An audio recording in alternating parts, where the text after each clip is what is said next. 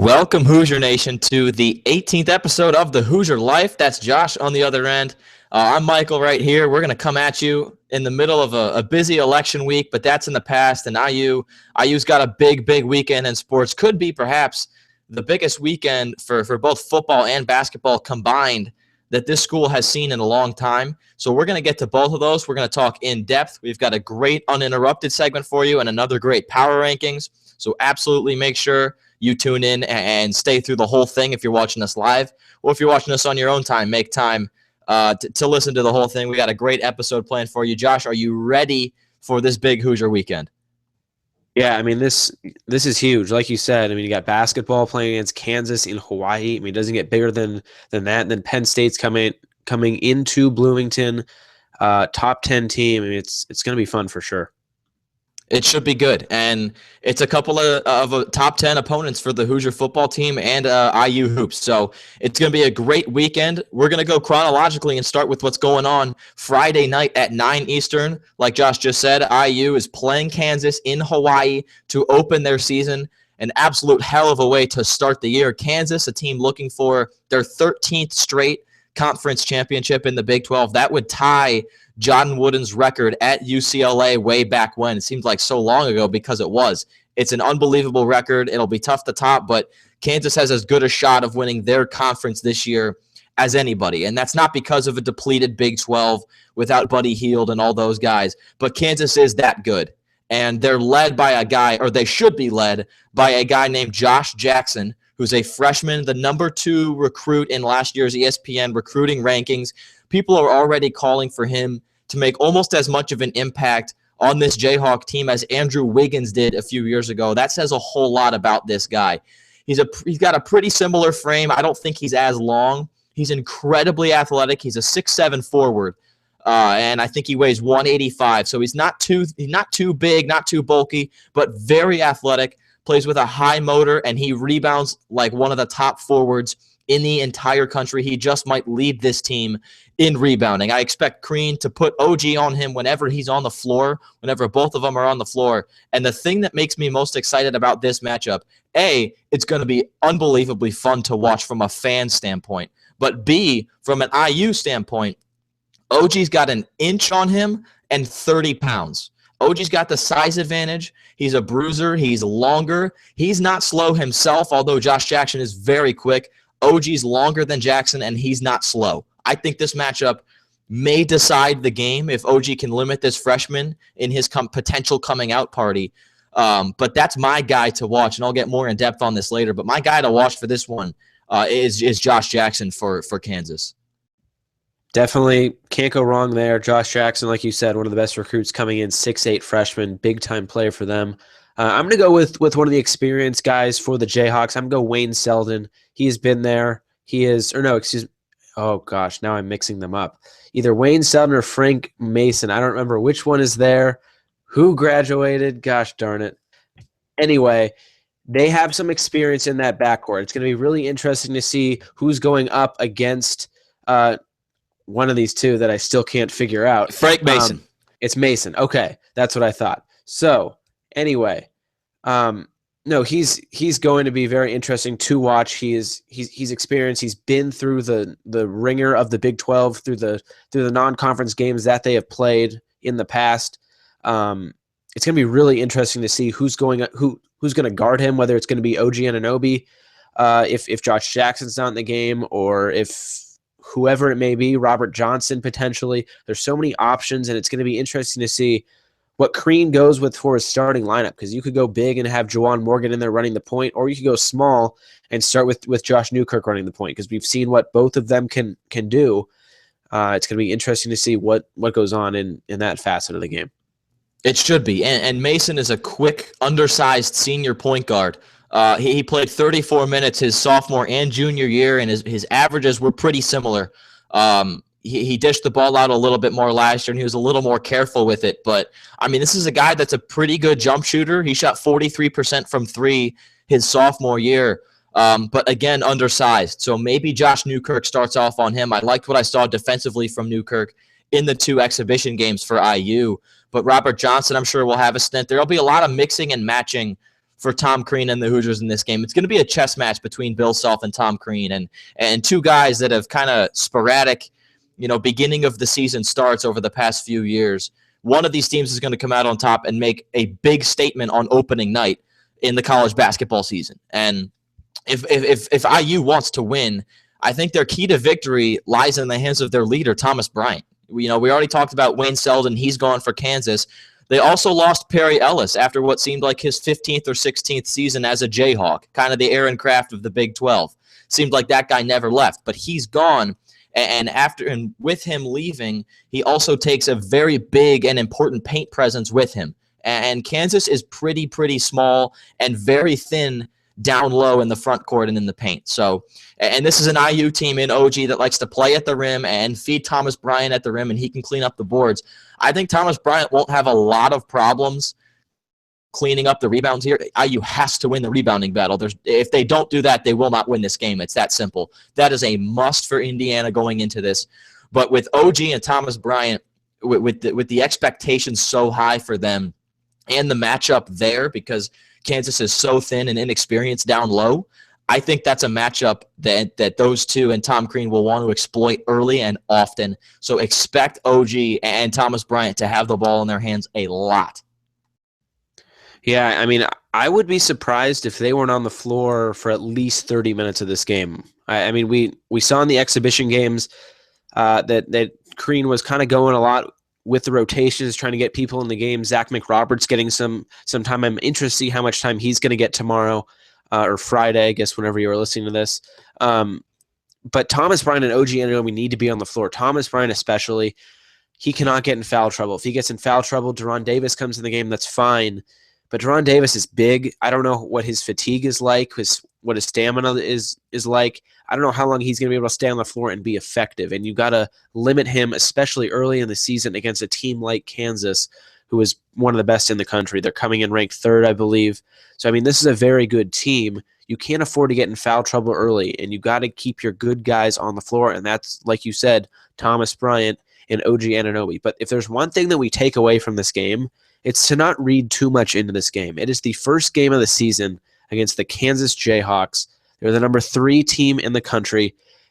If you win this game, it's obviously huge. If you lose this game, it's probably just neutral.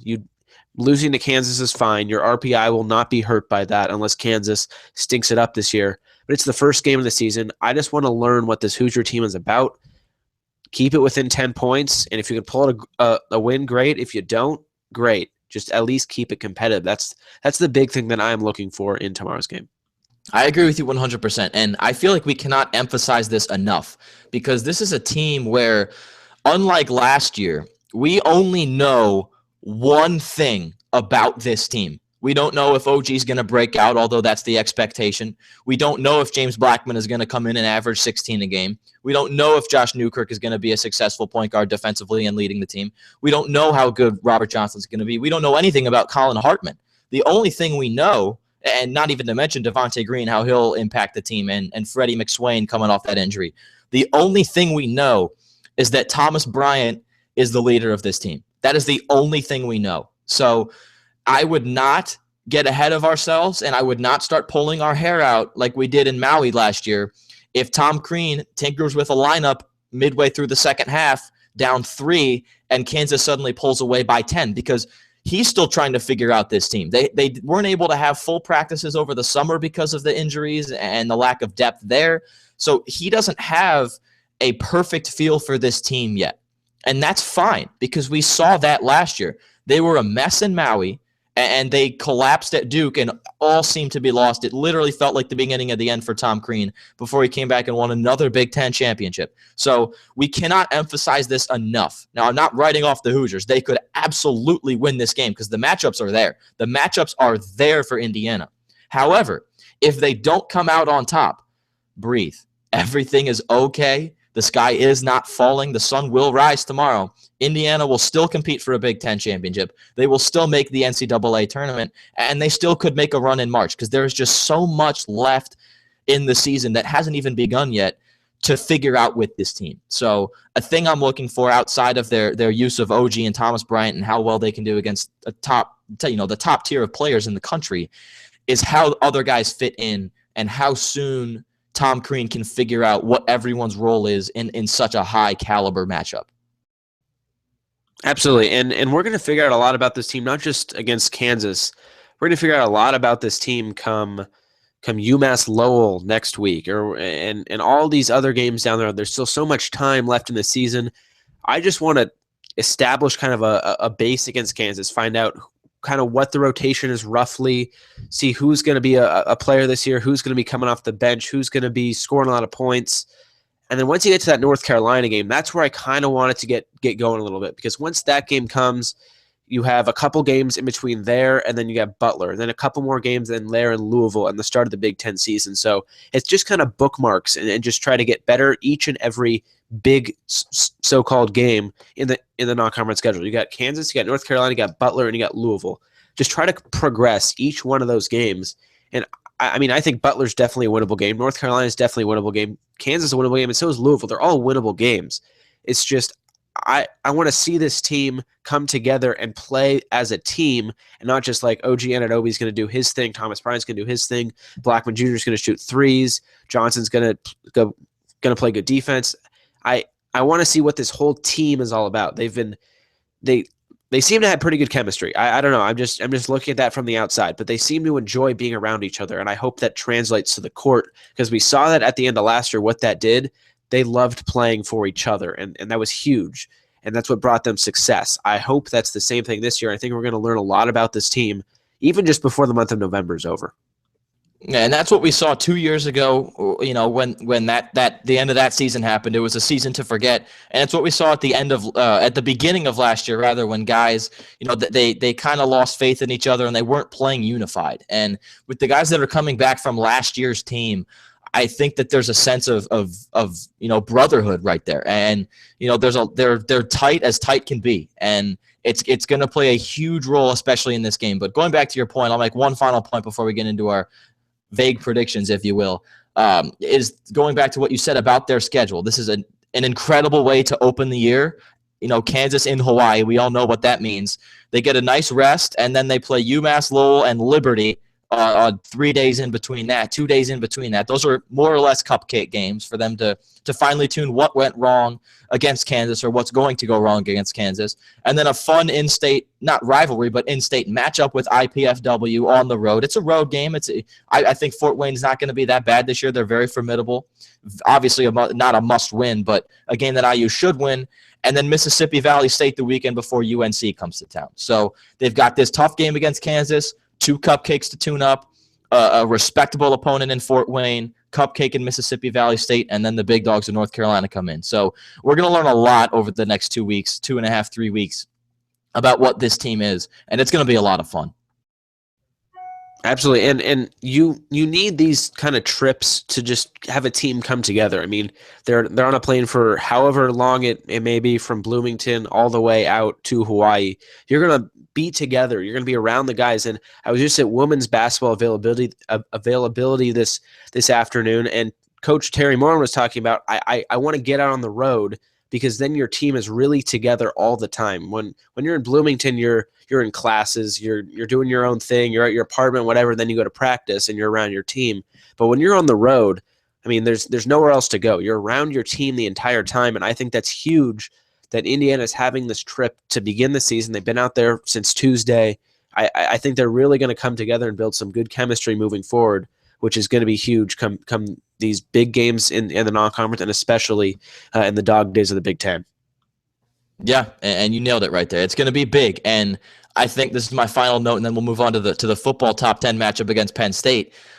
I think that the difference here is that the Hoosiers are going to rely on Thomas Bryant in the first game, and Thomas is a guy that stood out last year, and he met expectations, which is tough to do if you're a true freshman center, no matter where you are, to meet expectations as a true freshman big man, especially in an offense that likes to run and gun and move quickly. That's tough to do, and he did it. He's experienced now. He's a true sophomore, and he's got the weight of this team on his shoulders. And you look at the other side, Kansas might have to lean on Josh Jackson, and that's a true freshman that has never experienced a true college basketball game, and this is his first one. So, you know, if this game comes down to the wire, they may have to rely on experience talent and a little bit of luck. And if that's what it comes down to, I think talent, it's tough to match up with Josh Jackson. Experience is for sure going with the Hoosiers.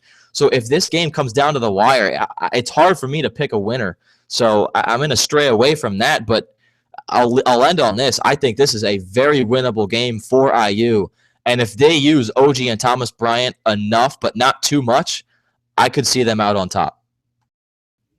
Yeah, I mean, this could go either way, and people I think are kind of forgetting that it's also Kansas's first game, and they have a bunch of new freshmen as well. It's not just IU going out there for the first time and just kind of throwing the ball up and they're just going to find out what's going to happen. I mean, both teams are still trying to figure out their respective teams, and I think it's going to be a close game. I think it's going to be sloppy towards the beginning. It's the first game of the season. I know all these exhibition games that have been played, and those are fine. Just get those kinks out, play in your own gym. But, I mean, you're going all the way to Hawaii. There's going to be something that's just a little bit off with both teams. I think by the second half, they'll finally figure that out, whatever it may be. It'll be a close game. I don't think I want to pick a winner either. I wouldn't be surprised either way, though, whoever wins this game. It's going to be a good one. Absolutely tune in. You guys already are planning on it, I'm sure. Again, that's at 9 Eastern on ESPN from Hawaii, IU, Kansas. Another top 10 matchup for the Hoosiers this weekend on Saturday morning. Some nice noon kickoff football in Bloomington. A 12 p.m., local kick. 12 a.m. kick would be epic. But a 12 p.m. local kickoff against Penn State for the Hoosiers. And this is definitely not a must-win game for IU. And it's not really for Penn State either because they've already exceeded expectations. But the difference between a 6-win season and a 7-win season for IU doesn't mean a whole lot, which is a reason to be optimistic if you ask me. And I'm not going to go as far as to say that that's a key to victory is to just play, worry-free and just go out there and play football because this is a team that's played timid all year. But I just think it's of note. But my first key is IU has to win the turnover battle. If they win, well, they don't have to, but if they win the turnover battle, they will be in great position in this game early. And in the first quarter, they have struggled all year from Nebraska to Rutgers. I mean, it's been a mess in the first quarter for IU. And Trace McSorley, the quarterback for Penn State, does not turn the ball over. He's got 3 on the year, and they must force him to throw a pick. They have to pick him off at least once. And Penn State is going to rely on the running game with Saquon Barkley, who's the best running back in the Big Ten. He is sensational. He's a joy to watch. That should be enough motivation to watch this game in itself. He's incredible. But the thing that worries me, especially with this 4-2-5, is if he starts to get going, that opens up the pass game. And one first down play action bomb, deep bomb for Penn State, that could take the crowd out of it whenever it happens, if it happens, and obviously put a dent on the scoreboard. So if that deep bomb happens, if that deep threat happens, I'm looking for IU to pick it off. They have to pick off Trace McSorley if they want to win this football game. If he walks in and out of Memorial Stadium turnover-free, Penn State's going to win the game. It's that simple. Yeah, no, that's a great point because you need a Tom Allen takeaway. It's what it's all about. But one other thing is with this 4-2-5 defense, you really only have those 2 linebackers at the second level of that defense. And that just really worries me when Penn State has a running back like Saquon Barkley. He is one of the best running backs in the country. He's shown it against Ohio State. He's shown it against many other teams this year. He's going to get loose at least a little bit. I'm expecting him to run for at least 100 yards. That would not surprise me by any means. What the defense needs to do is find a way to stop that run. And you said it. That passing game is not fantastic. He has not turned the ball over all that much, but I think their running game is definitely better than their passing game. You need to stop the run first because then they're going to get very one-dimensional, and I think that's what Indiana needs in this game. Like you said, they need a turnover. I think that's definitely a case in this game. They need to have a turnover, force a turnover, but you cannot let Penn State get loose on the ground because that opens up the passing game, and then by then you're going to be in a shootout potentially. And we've seen this Indiana offense not really keen to scoring a whole lot of points. Yeah, and that's been a question mark. But going back to Saquon Barkley, this Penn State offensive line is not great. Trace McSorley gets sacked pretty often, and they open up some good holes for Saquon Barkley. But the plays that I've seen him break loose and make these SportsCenter top 10 plays is when he bounces around the outside. He's great at making tacklers miss, and he's got great speed. And this is a team in IU that, we'll see how they play defensively, how they match up. That 4-2-5 is very vulnerable to the run. But if they want to go inside the tackles, if Penn State that is, I could see IU swallowing up McSorley like they did Zeke Elliott last year. I mean, Elliott was 3 breakout runs away in that Ohio State game for being held to under 100 yards. He had 3 touchdowns of, I think, 60-plus yards and ended with like 250 total. And on 2 of those, he was wrapped up in the backfield or at the line of scrimmage. So, I mean, that IU team in that game was 1 play away from potentially winning it. And this is a Penn State team that's not as strong, and they've got a great running back, Zeke Elliott to Saquon Barkley, but they don't really have anything else offensively, and I don't love their defense that much. I mean, they're good, but they're not great, and they haven't really blown anyone out this year except for Purdue on the road 2 weeks ago, and last week Iowa at home, that homecoming after they beat Ohio State. So I think this is a winnable game for IU, but again, it goes back to Saquon Barkley, keeping him in between the tackles and wrapping him up as soon as you can. Do not miss any tackles. I mean, this is a Penn State team that, I mean, they're ranked 10th in the college football playoff poll. I'm not really sure why. I mean, they beat.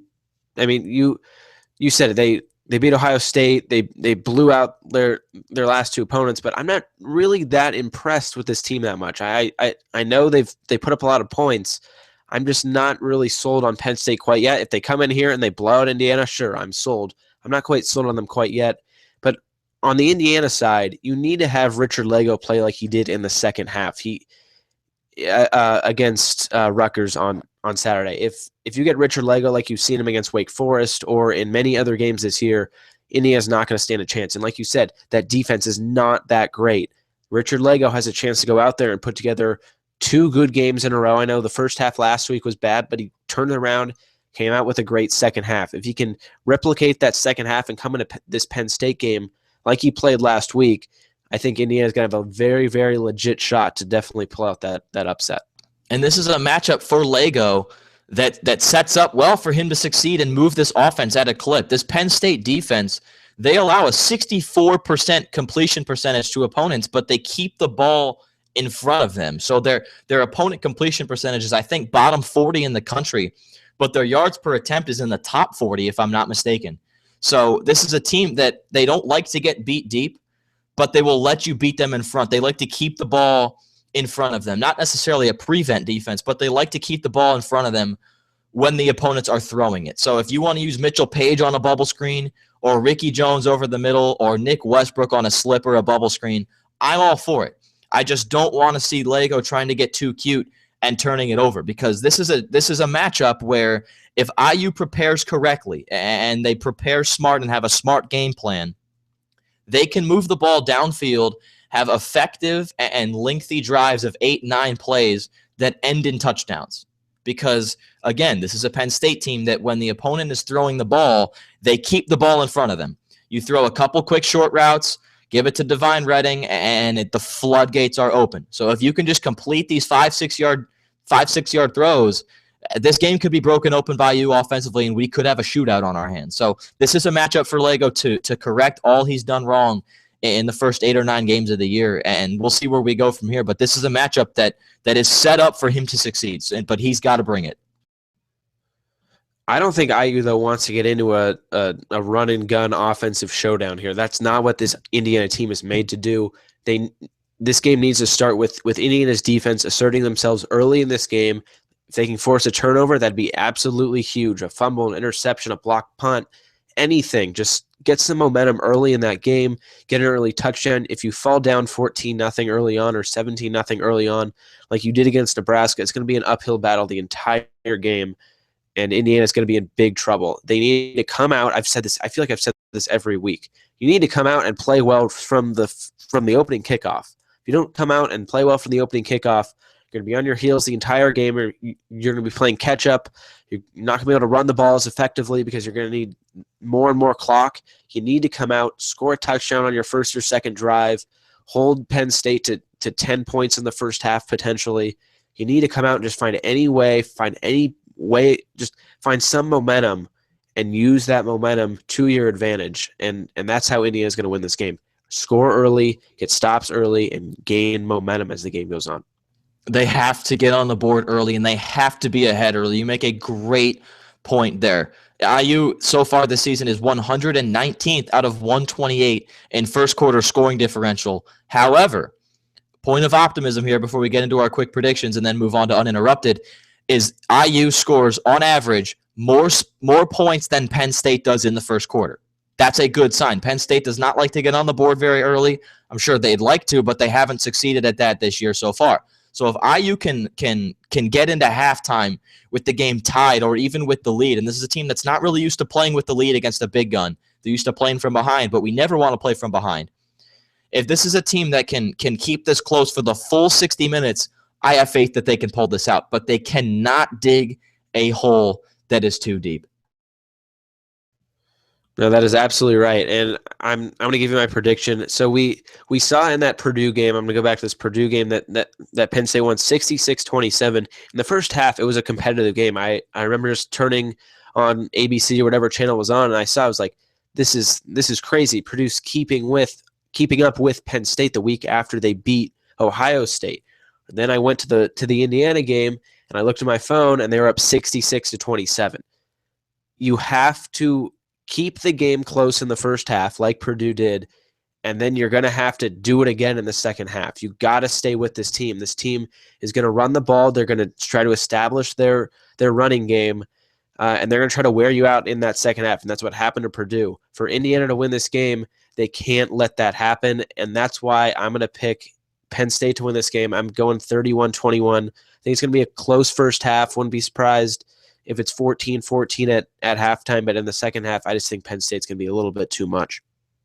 I hate to agree with you here, but I have to. I think I have to go with Penn State just because they have the ability and the players to attack IU where it is most vulnerable. And fortunately for the Hoosiers, James Franklin, in my opinion, is one of the most overrated coaches in the entire country, and he can get way in over his head. So maybe IU has a chance in this one if he gets a little too excited or a little too cute. We'll find out. Kevin Wilson has done an interesting job of staying grounded this year and last year, but we'll see. I think that James Franklin could cost this team the game, if anything, because I think Trace McSorley, while not a stud, he's a sound sophomore quarterback, and Saquon Barkley is the best running back in the Big Ten. So I'm going to go with Penn State, probably by 8 or 9 points. I agree with the margin there, but that's not to say I'm writing IU off because this is a winnable game. But I think Penn State's going to have to make a mistake or two if that's going to happen. So we'll move on to our uninterrupted. That'll wrap up our big IU preview, and hopefully we can come back next week with a big IU celebration show of another big weekend in IU athletics. But our uninterrupted, we're going to stay with the gridiron for my part. I'll go first here, is the college football rankings and the committee. And Josh, there's a lot to talk about here. Here we are on November 10th going into the games on November 12th on Saturday, whenever you're listening to this. There are so many questions to be answered. There are probably, I'll read my teams later, but there are more than enough teams to fill those top 4 spots. First off, I want to start with the good, that I'll get that out of the way. I agree with the top 4, and I 99% agree with the top 6. I think Louisville and Ohio State are more of a conversation than people are giving Louisville credit for. But for right now, I agree with that top 6 for the most part. However, this is a little thing that brings to light a bigger thing. LSU at home tied 0-0 with Alabama in the third quarter. They lose 10-0 in a slugfest. They drop 11 spots to 24 and watch USC, a team that lost to Alabama earlier this year, 52-7, rise up above them to 20. Now, let me read you LSU's losses, which are to number 7 Wisconsin in what was basically a road game in front of, 400 million people at Lambeau Field. Close game, too. Came down to the final possession. Lost to Alabama just this weekend, and 9 Auburn on the road. So 3 top 10 losses, 2 of which on the road, 1 to a Nick Saban-coached Alabama team.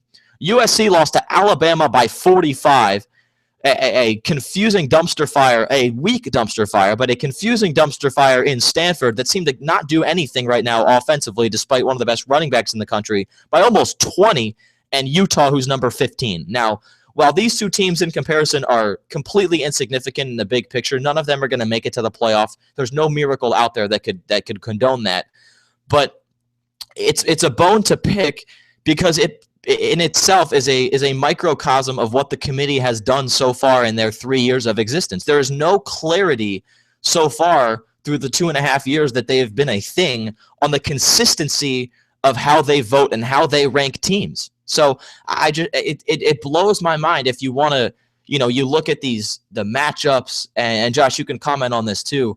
But if you want to look at the matchups or how teams play on a week-to-week basis, and Texas A&M too, they just lost to Mississippi State. That's an under 500 team that lost to South Alabama, and they dropped 4 spots. They're still mathematically, I don't think they're completely eliminated because a lot of things can happen. They're a 2-loss team that by the direct transitive property lost to South Alabama. I mean, that's ridiculous, but here they are. They still have a shot as a 2-loss team. That's neither here nor there. I have no idea how the committee ranks the criteria in these weekly rankings. Can you provide any sort of insight or shed any light? And I have one more topic I want to discuss after this, so we won't go too in depth. No, I mean I'm trying to figure it out too, because I mean they said margin of victory doesn't matter, and then Washington State only moved up 2 spots when they beat Arizona by 59 points. It just doesn't really make sense. And each year I think they have a new chairman of the playoff committee, selection committee, and I just don't think there's enough consistency week to week, year to year. I know it's only been around for 3 years, but I still can't figure out what those little tiebreakers are. If 2 teams are even, have a conference championship, have the same record, what's the tiebreak? I'm still very, very confused. And I mean, we talked about it when Washington was left out of the top 5 last week or 2 weeks ago. We were just kind of shocked as to why they were held out and why Texas A&M was in there with 1 loss. Is it based on record? Is it based on strength of schedule? Is it? I mean, I'm still as confused as you are right now. And for this next one, I want to bring up, keep your mute button off, because I'm going to go one by one down the list. You tell me if you agree or disagree with me here. I'm going to give you the teams that I think are still alive in this, and I'm going to go not necessarily in order, but I've broken them down into 2 groups. So I'm going to go one by one and tell me if you agree with each team. Alabama, I assume we agree. Correct. Michigan. Yes. Clemson. Yes. Ohio State. Maybe. Okay, I think they're still very alive. Their dream. It's not a long shot. Washington obviously controls their destiny too. Yeah, but Ohio State. I mean, they have to beat Michigan and then win the Big Ten. That's how they get in. Okay, so they more or less control their destiny. They obviously have to beat Michigan. We know that, but I think they qualify in that top group. I have 3 more teams that I think are not dead yet: Auburn, Wisconsin, Louisville. They all, I think, have a chance. Do you agree? Do you want to eliminate any of those, or do you want to add anybody? No, I agree with all 3 of those. Auburn, if they beat Alabama, they need to win the SEC, which means beating Alabama. Who was the second team you said? It was Auburn, Wisconsin, and Louisville. Wisconsin, they have to win the Big Ten. That's for sure. And then Louisville, see, now this one's tough because they're going to need Clemson to lose. And by Clemson losing, I think they jump in regardless. So it's if Clemson loses, this whole thing goes into pretty much chaos right now. So it's pretty much all based on Clemson right now. They're that team that can bring Louisville in or keep Louisville out. It's going to be interesting to see how Clemson fares down the stretch. Let me propose this to you, this idea. Clemson wins out. That's Louisville's 1 loss. It was at Clemson. So Clemson wins out. They win the ACC. They're undefeated. They're in. No questions asked. Washington loses to Washington State. Washington State from this point wins out. They're undefeated in the Pac-12. They go to the Pac-12 title game over Washington. Assuming Clemson wins out too, I think that Louisville loss looks better than that Washington loss. Ohio State loses to Michigan. They're a 2-loss team.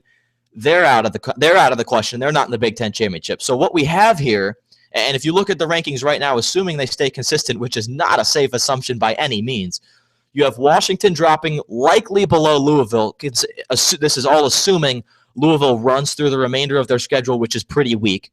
Washington drops below Louisville. Ohio State drops below Louisville. That would put Louisville at number 4 in the country. Am I crazy to think that could possibly happen?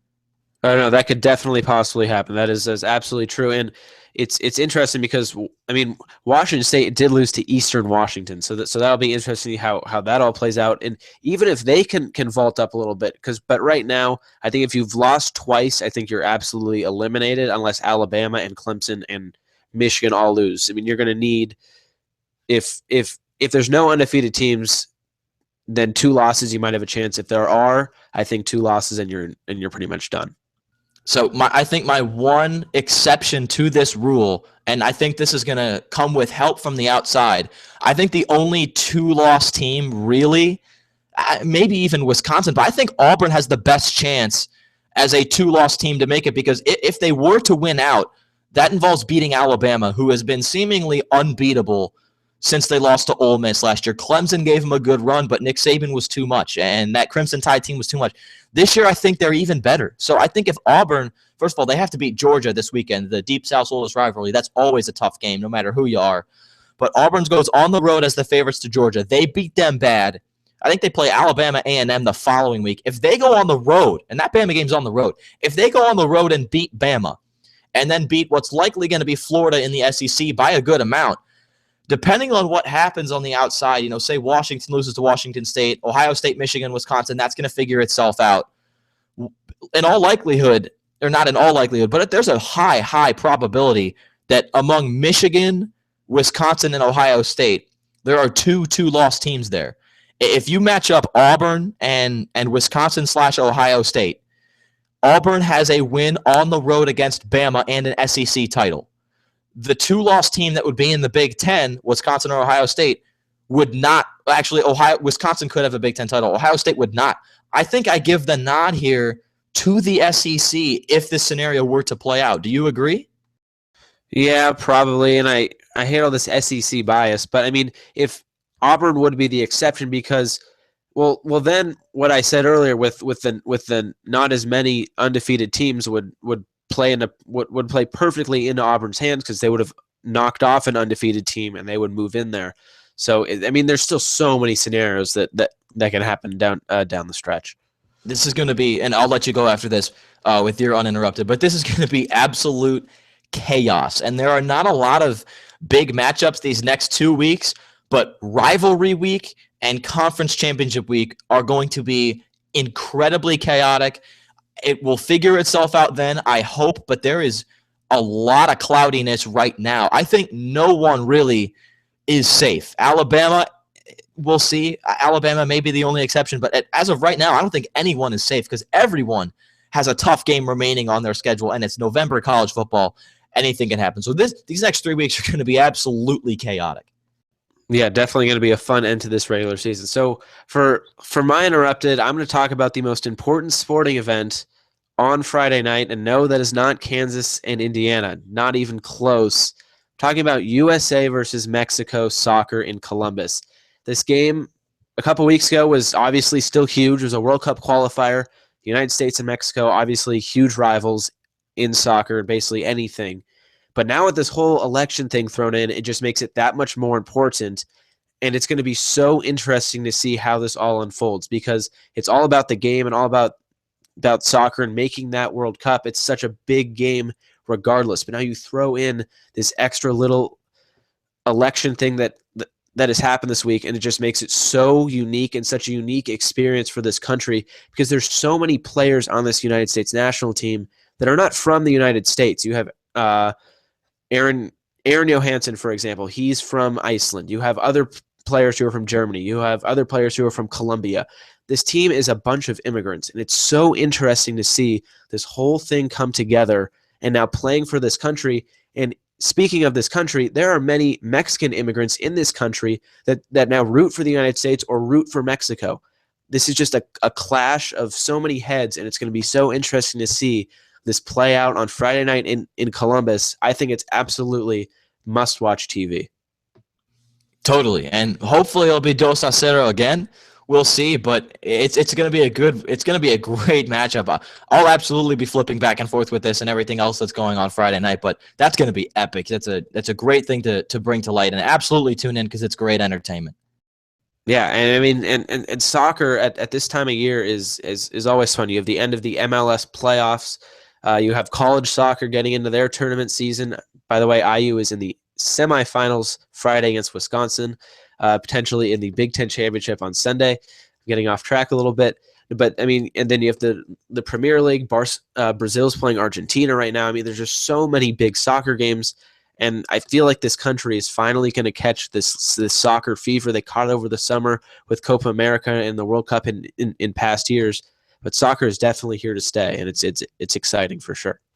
Absolutely, and it just adds to the big weekend of the sports plate and what's going on in the world of sports after a stressful and busy election week. This weekend of sports is what this country needs right now to kind of gather their thoughts and everybody just breathe. Everybody just breathe. So we've got a good weekend of sports, and I hope you all can tune in starting tomorrow all the way through Sunday and even Monday Night Football. It's going to be great, and everybody needs it. So let's move on to our top five, our power ranking segment, our weekly power ranking segment. And this weekend we are talking sports video games. We're going to really connect here with the millennial audience, maybe not so much the older audience, but the millennial audience, stay tuned and absolutely tweet at us if you disagree, if you agree, if you want to throw anything in there. This was such a tough one for me to do because there are so many out there, and I grew up playing so many different ones from, I don't even remember what it was called. Maybe Arnold Palmer Champions Golf on the PC. I mean, that was one of the first games I could remember playing.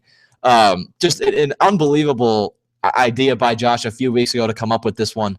And it was a tough one to do. So we share a lot of things week in and week out. I'd be stunned if we share more than two here. So, Josh, I'll have you lead off for us.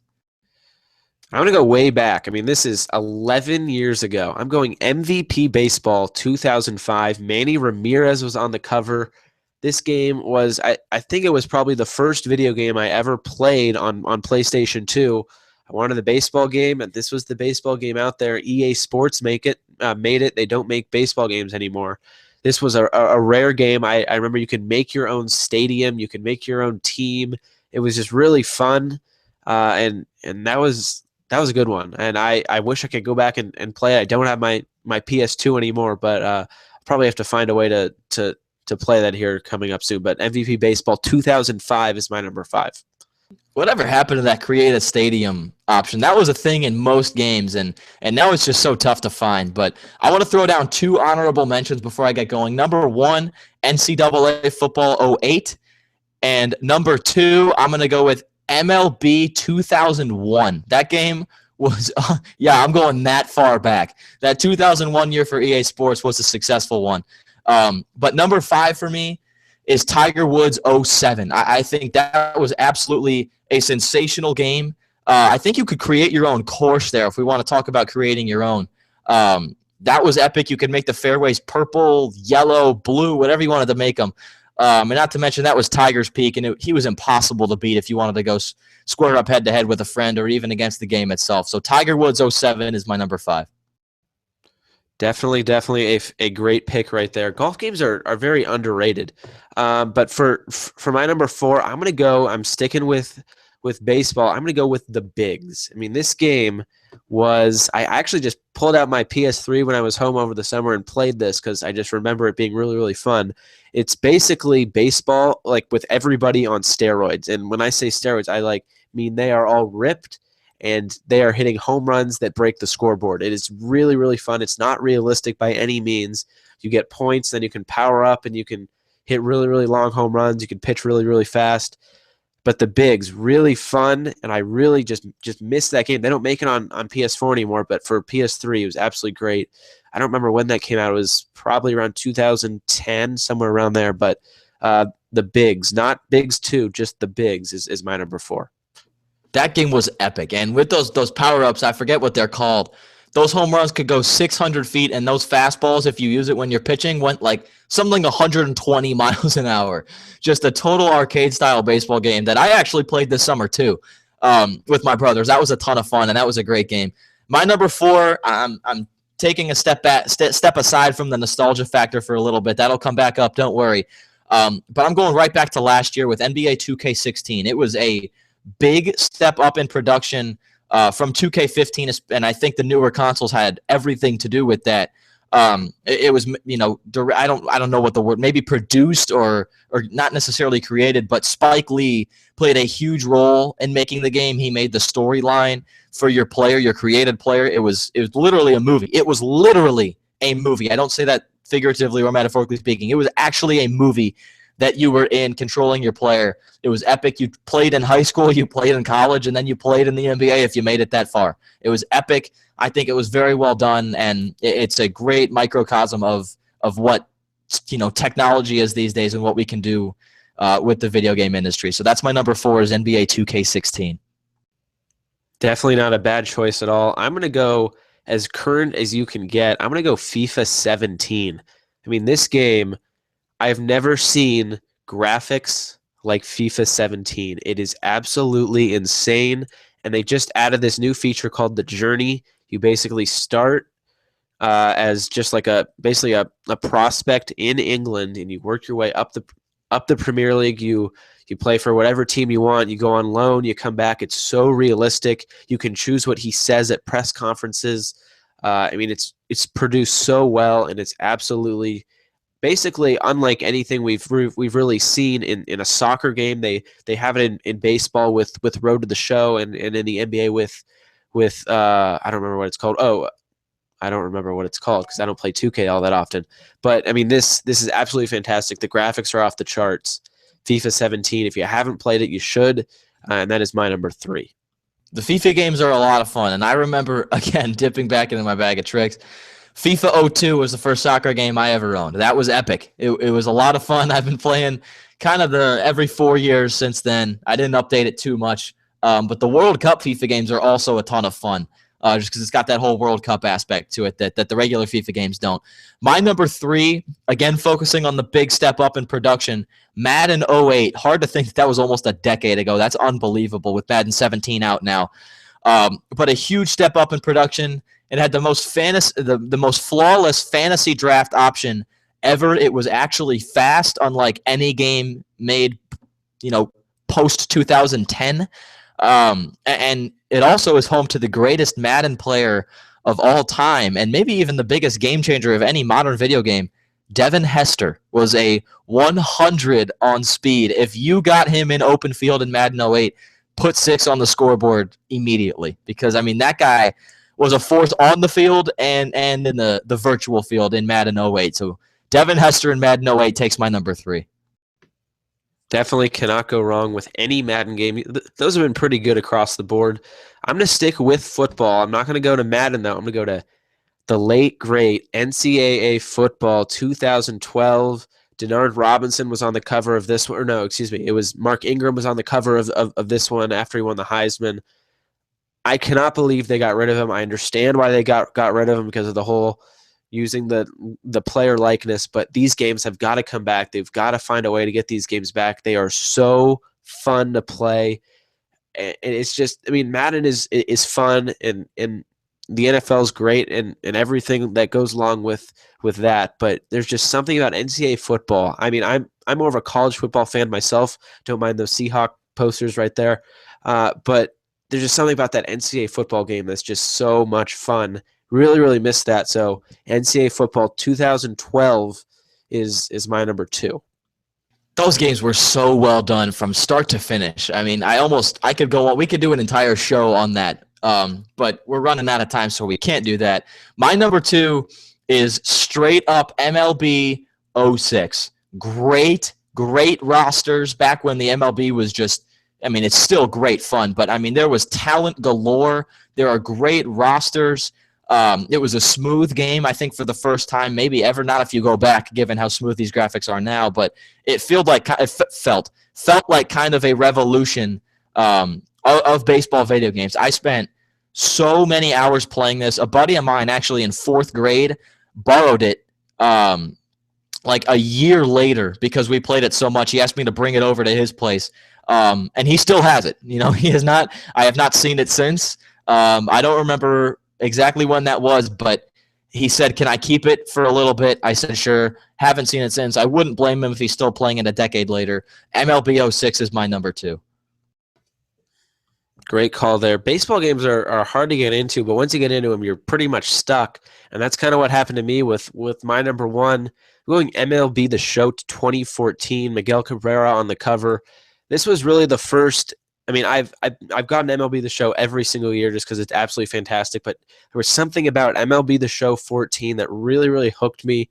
I must have started a career mode or a franchise mode and just kind of took me off on a tangent for a long time. But these MLB The Show games are absolutely fantastic. They are produced not by EA, not by 2K. They're produced by San Diego Studios. They basically focus their whole company around this game, and it is so successful. It's basically the only baseball game that they make in all of video games. I mean, they make RBI Baseball, but that's definitely not the same as this. The graphics are great. The announcers are great. Matt Vasgersian does a great job. That is my number one. I also have an honorable mention, NBA Live 2010 with Dwight Howard on the cover. That was the last NBA Live game made until the PS4 came out. So MLB The Show 14 is my number one. Honorable mention, NBA Live 2010. MLB The Show, I mean, they have come a long way over the past few years. And this year's edition, I spent so many hours over the summer playing that with their Road to the Show and everything. It's just a great game. My number one, and this is just so not even close. It's my favorite game ever. I still play it. It's NCAA Football 14. It's not even close. I mean, the jump in production from 13 to 14 is indescribable. I remember when that demo came out on 13. I'm sorry, when 13 was still out, the demo came out on Xbox Live. And I was at my buddy's house, and we played it directly after playing 13, and it was literally a new game for the better in every single way. It was unbelievable, and I now speak to you, America. Someone go out and pick that contract up again. The sports video game industry needs it. I need it. Josh needs it. We all need it. I still play it, and I remember watching. I don't know why I was watching this because it's not something that I do usually or ever. But they came out, I guess they tweeted out this video explaining what was new in 14 and what they were going to do with 15. And 15 sounded just completely unbelievable. They said it would blow 14 out of the water. And then all of a sudden, no more contract for EA Sports. So someone go pick it up, make it a thing again because it would be life-changing in the video game world. Yeah, there is absolutely no doubt that needs to come back. No doubt in my mind. Those were the absolute best games, just hands down. I don't even know what else to say. They were just so much fun to play, and they need to come back however they can. And actually, another honorable mention, NCAA Basketball 10. That game was absolutely awesome. I totally forgot about that. That was one of the best games ever. They had Gus Johnson, and they had Brad Nessler as the announcers. You could choose whether it was ESPN produced or CBS produced. You could play at the Lahaina Civic Center. You could play at the Final Four. If you turned it on to basically the easiest level, John Shire for Duke and John Wall from Kentucky never missed from three. That was another fantastic game. And another guy of note there is Scotty Reynolds on Villanova, who was one of my favorite guards of the 2000s in college basketball. That dude was a stud. We could go on and on about this, but that game was absolutely sensational. I completely forgot about it. But I think they discontinued it after that year. If I'm not mistaken, that was Blake Griffin on the cover, just to put into perspective how long ago that was. But that game was incredible. Yeah, no, I remember playing that game with my friends all the time, all night. That was absolutely fantastic. We go all day, though, like you said. Yeah, and we won't because we are completely out of time. But this was a great topic, and we would love to continue this conversation on Twitter, as you could see throughout the show if you're watching us live or the video replay. Josh is at Josh Eastern on Twitter, and I am at M_Dugan44. Together, we are at the Hoosier Life. Tweet at us anything you have to say. We'll be tweeting during not both, but because we'll be, I'm assuming, at that IU football game. But before and after that, and absolutely during the IU-Kansas showdown. So find a comfortable couch, eat some good food, and watch sports this weekend because it's going to be epic. And there's a lot to do, a lot to watch, and we'll be watching every single second of it. We'll be back next week to break it all down for you, tell you what to look out for the following weekend. So until then, thanks for tuning in, and we will see you next time.